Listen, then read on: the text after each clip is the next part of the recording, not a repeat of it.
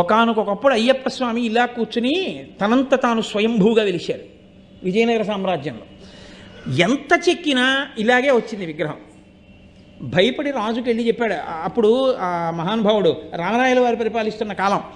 రాజుకి చెప్పాడు శిల్పి, ఇలా ఉన్నారు స్వామిని. అదేమిటా అయ్యప్ప ఇలా ఎప్పుడు ఉండరు, ఇలా ఉన్నారేమిటి అని అడిగారు. అడిగితే ఏదో రకరకాల కారణాలు చెప్పారు. ఒక రోజున అయ్యప్ప స్వామి రాజుగారి కల్లోకి వచ్చాడు. అసలు నేను ఇలా ఎందుకు పట్టుకొని ఉంటానో కారణం చెప్పేవాడు ఓ రోజున వస్తాడు గుళ్ళోకి.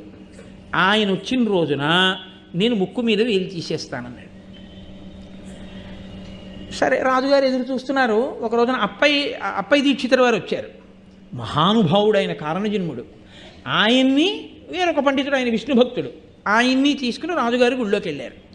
ముందు విష్ణు భక్తుడిని అడిగారు, ఎందుకు ఇలా ఉన్నారు అయ్యప్ప అని అడిగారు. ఏమిటో పరమేశ్వరుడు